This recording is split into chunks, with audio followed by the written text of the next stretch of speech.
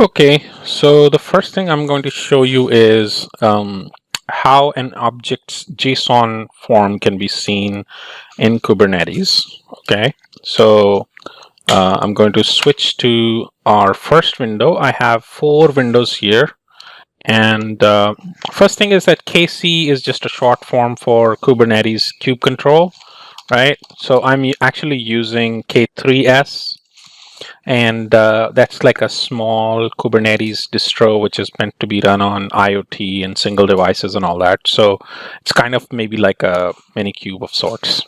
So I'm trying that, and whenever I say KC, you should understand that I'm just running kube control. Okay, so if I say KC get pods, you'll see all the pods that I have running, and there are 3 of them. There they are. You can see deploy example pod over here that is running.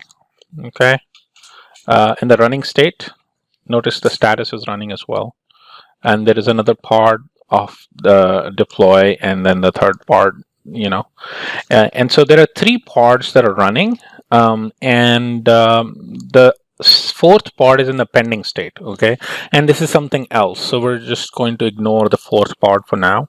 We're just going to look at the 3 pods. Okay, so first thing I want to show you is a trick that might come in handy one day, which is just to do a describe on one of the pods, right? But if you pass it the OJSON, basically you're telling Kubernetes, I would like to see the information in the JSON format. And the reason why that is kind of helpful is you can then query, whoops, what did I do wrong? I think, did I do something wrong? Was it supposed to say wide? No. Describe output JSON? No, not happy. Okay, let's see. Let's see what I did wrong. What was I supposed to do, man? What did I do wrong? Okay, hang on. I think I'm going to try it one more time. Okay, so basically I'm just trying to describe a pod. So let's just describe the pod without JSON first, okay? So if I say describe, and then I just paste in what I have, you'll see that it describes it like, oh, am I mistyping it? Describe. Describe. See, okay? So it's going to go into its state, and it's going to say, oh, okay, sorry, describe pod. You have to say the word pod before the name of the pod, okay? Okay, so there it is. You can see, you can see that in this format, I have basically described the pod, and it's kind of hiding it because of, me getting into so many windows. But now I'm going to try to run the same command, but this time I'm going to tell it that, hey, I'd like the output in JSON, please. Okay, so he's not, okay. Let me do KC describe and then help, okay, and sort of read through it and see what I'm doing wrong. Describe pods.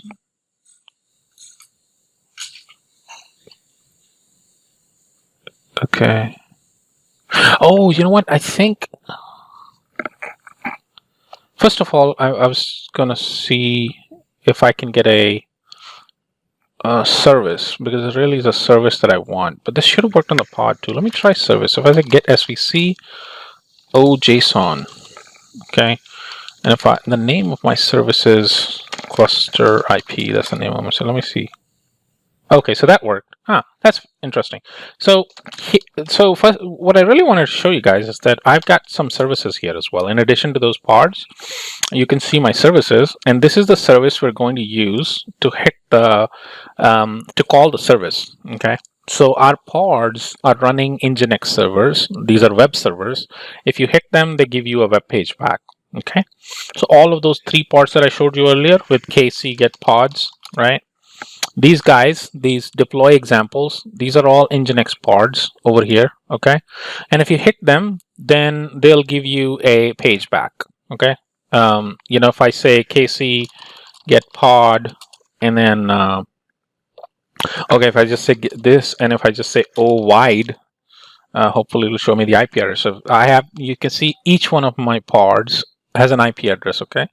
10.42.0.32 is the IP address of the first pod. So if I hit it at this IP, if I say curl HTTP, okay, say 10.42.0.32, you see I got the I hit the pod and it gave me welcome to Nginx page, okay? It gave me that page. So now that is the IP address of the pod, okay? But what I really want to be able to do is I want to have a service act as a load balancer for all these three pods. Okay, so what I want is that I want some of these requests to be served by pod number 1. Okay, so back to our pods, right? I want to create a service that fronts all of these three pods, okay, because they're already running. Okay, and I want a third of my traffic to go to the first pod, a third to go to the second, and the third to go to 3. I want that to be evenly split into 3 common parts. And I don't want to have to use the IP address of the pod that I just did. When I hit the service, when I hit the web server like this, I was hitting the pod's IP. This is the IP address of the pod. The problem with this is if I kill this pod and I bring it back up, this IP address changes. And why is that generally not a good idea? You don't want to send traffic. You don't want to tell your client to call you at an address that changes very frequently, because that can cause problems, right? What you want is you want to create a service and use the service's IP. Why is that a good idea? Because the service IP does not change. If the pods come and go, the service IP remains to be what it was. So in that case, I have already created a service called ClusterIP, okay? And in that, you can see the IP address is separate. It's 57.76, okay? And if I show you, actually, let me see if I can show you the pods one more time together with the service on the same. So notice these 3 pods, okay, their IP address is 32, 33, and 34. And then the IP address of the service that is fronting them is 76. So it's a new IP, but this IP is much more static, much more sticky, because the service IP does not change, whereas these pods are much more ephemeral. They come and go. They can be terminated on one node and they can be created on another node, and their IP address will change. So I'm going to hit this IP. Okay. So if I so one way is I can just curl. If I hit curl, right? If I say curl, say HTTP 10.43.57.76, and I'm following the log command. I'm asking each of these pods to give me the logs, and I'm in the tail mode. And actually, I can show you a little bit. If I go to the next window, I don't know where I'm at right now. So if I say, whoops, if I say Control B, okay, this one, okay. If I kill it, you can see that I'm actually following. I'm asking Kubernetes to give me the logs of a pod. And I'm in the follow mode. I'm tailing the logs of these pods. So I'm tailing in this part of my tmux window. I'm tailing the logs of one of my pods, and in this one, I'm tailing the logs of a second pod, and this one is a third pod. So when I hit the IP address, let me go back to my first window. Okay, now I'm in this one. I'm in this green one over here. You can see the border kind of tells you where I'm at all times. So if I hit this, the service object in Kubernetes will forward the call to one of these pods. And you saw that a new line was written over here for the curl that just came in. If I do it again, this time this guy got it. And if I do it again, this time this got it. So what I wanted to show you guys is, what if I do this in a loop and do it so many times? Because I really want you to get a visual on how does the service actually distribute the traffic. I thought that maybe it would be a cool thing for you guys to see it that way.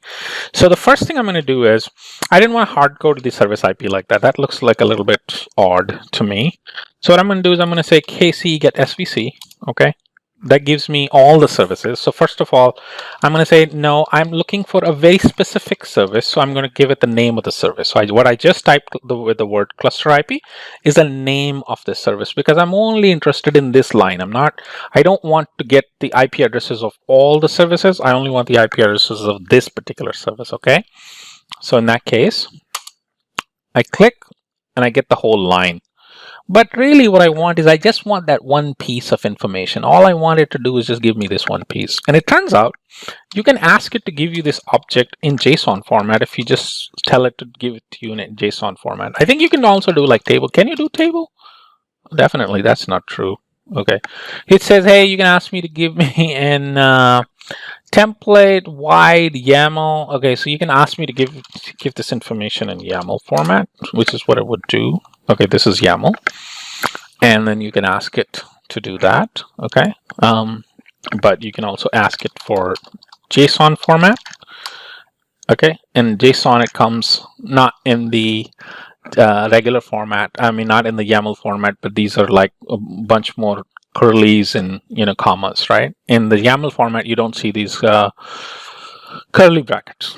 So now that I've got it in JSON, there's a way I can query this with the word called JSON path, and I can give it the path of the object that I'm interested in. So if this is the whole JSON object that I have, what I can do is I can give it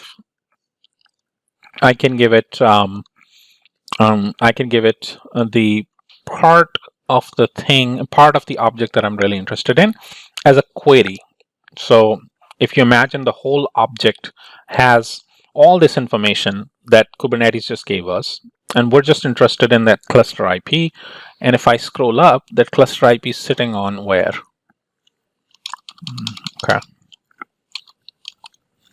So I'm just going to more it because I don't know what the command is to resize the, the tmux windows for now. So you can see that this is the whole object, the service object. This is what is the service object. You can see the API kind is v1, kind is service, metadata, name of the service is cluster IP, and in the specification folder, I've got this string called cluster IP that is sitting there. So that is what I'm trying to pluck out. Okay, I want the command to just give me just that one piece. So now what I'm going to ask it is I'm going to give it a expression of JSON path.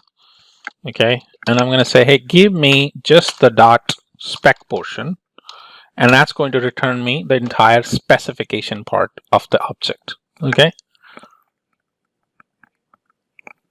what just happened here? Oh, I think I made a mistake. It's supposed to be like this. No, it's actually supposed to be like this. Is it supposed to be like that? I think the JSON path itself is a spec. Okay, so there you go. Now it has not given me the metadata or any of the other things. It's basically just given me the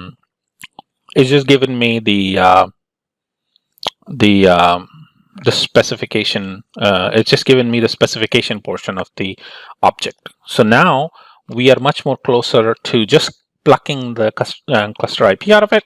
So now if I say dot cluster IP, basically I'm just filtering. Okay, I don't know what just I did.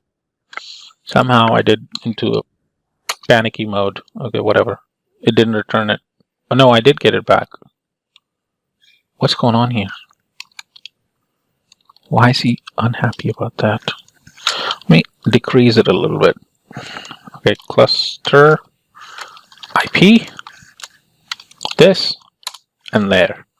And now if you notice, I don't know if you actually notice it, but it's giving me this IP address string exactly what I want. Okay, so now what I can do is if I just want to do a curl, I'm going to hit it like this. I'm going to hit it with the output of this command. I can say, hey, curl, give me, please go ahead and call this service and give me the hit the service for me. And I'm not trying to make it so I can do it. Okay, there you go. So I asked it to give me to curl the IP address of the service. That's all I was trying to do here. Okay, so what this command is saying is that go ahead and take ask Kubernetes to give us a service of the name ClusterIP, then get that object in the JSON format, and in that JSON object, just give me the specification.clusterIP, which is that one little IP of the service. If you have your command in this format, the good thing is if you you can use it for other services. B, it's easy because if you delete the service and you're debugging something and you recreate it, you don't have to hard code in the IP service and the command. And the other thing is it's good to know that you can actually query any Kubernetes objects with -o JSON paths because this will come in handy at other times. Now with all of that done, and I can call the service IP, I can hit the IP of the service directly rather than hitting the IP address of the pods. Now what I'm going to do is I'm going to write a for loop, and I'm going to do this like 10-15 times, and you're going to see what should happen is the logs of all of these pods, this pod over here, pod number 1, and this pod number 2, and this pod number 3, they should all get evenly hit by when I call this service IP over and over again. Okay, so the service IP is how we come into the pods and get load balanced. So the traffic coming in should get load balanced. Okay, so right now it was just this one thing, and one of the pods is sort of chosen at random, I think. Now what I'm going to do is I'm just going to write a quick for loop, say for I in 1 to 10. Okay, then you put a semicolon and say do this command. Then you go at the end, and this is your statement of what you want to be done in the for loop, and then you say done. Okay, now it's going to do this so quickly that you won't be able to see it. So I'm going to put a sleep of 1 second right after the call is made. So when I click enter, what we're doing is that we are running a for loop 10 times. So we're running the curl command 10 times. That's what the for I in 1 to 10 does, right? That's just a bash for loop. Every loop iteration, go ahead and call the curl command and supply it the output of our ClusterIP's ClusterIP portion. Okay, so it's just basically saying call the service 10 times. That's all what it's doing. And within each call, please wait for 1 second before you call it the second time. Okay, that's what this command is doing. And I'm going to click it done, and then you'll see different pods logs change depending on who gets the traffic. Okay, so this guy got it. This guy got it. This guy got it again. This guy got it again. This guy got it. This guy got it. This. This. This. This. Okay, so not a very scientific test, and I'm not running this through JMeter or some other load testing tool, right? It's just a serial test. So maybe there was not a whole lot of traffic, but you saw multiple, and I can run it again, right?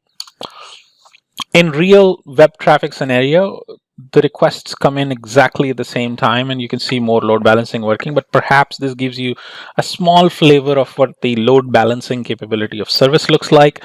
You're able to hit one IP address, and behind the scene, the service then load balances the incoming traffic into one of the many pods, and those pods logs are changing. Whenever they get a curl command sent to them, they write access log. So what I'm really showing you guys is a standard output.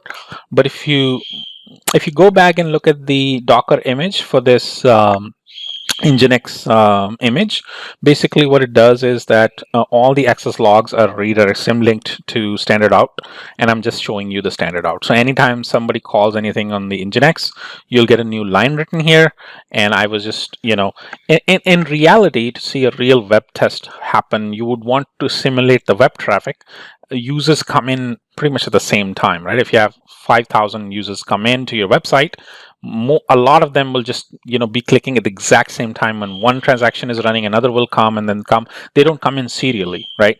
But I don't have that kind of a sophisticated setup. I just wanted to show you 10 of them, and I was actually even sleeping. Actually, you know what? I wonder if I take the sleep out, if you guys can still see how this looks. Okay. You can see some of the windows still changing, okay? You can see different parts of the different logs are getting written to, and you can kind of see that, okay? So hopefully that, helps you understand how services distributing traffic and different pods are being run.